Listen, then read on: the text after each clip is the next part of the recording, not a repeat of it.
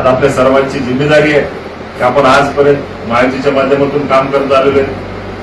ठरलेला विषय, पक्षाला सांगितलेली भूमिका आणि महायुतीच्या नेत्यांना दिलेला आदेश याचं आतापर्यंत आपण मागच्या अनेक निवडणुकांमध्ये पालन केलेलं आहे. तर तेच पालन आपल्याला उद्याच्या स्थानिक स्वराज्य संस्थेच्या होत असलेल्या आपल्या परभणी हिंगोली विधान परिषदेच्या माध्यमातून करायचं आहे.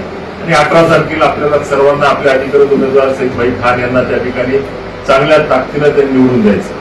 योग असा आहे, महायुतीचं मतदानच आज या 466 पैकी जवळपास 300च्या वर हे महायुतीचंच अधिकृत मतदान आणि त्या माध्यमातून सर्वांनी एकत्रित येऊन जर या ठिकाणी आपण आपली जिम्मेदारी निभावली, जिम्मेदारी पार पाडली तर निश्चित स्वरूपामध्ये एक चांगल्या पद्धतीचा विजय आपल्या या उमेदवाराचा त्या ठिकाणी होणार आहे.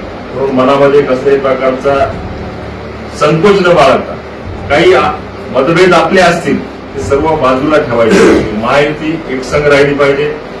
जसं तिन्ही नेत्यांनी राज्याच्या ठरवले की 17ला 17 आपल्याला या ठिकाणी महायुतीचे उमेदवार आपल्याला निवडून आणायचे.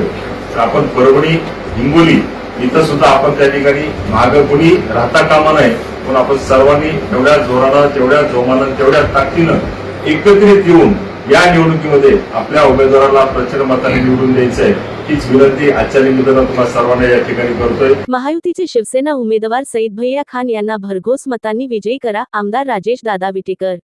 परभणी हिंगोली विधान परिषद निवडणूक 2026च्या पार्श्वभूमीवर आज राष्ट्रवादी काँग्रेसचे आमदार राजेश दादा विटेकर यांच्या गावी महत्त्वपूर्ण बैठक संपन्न झाली.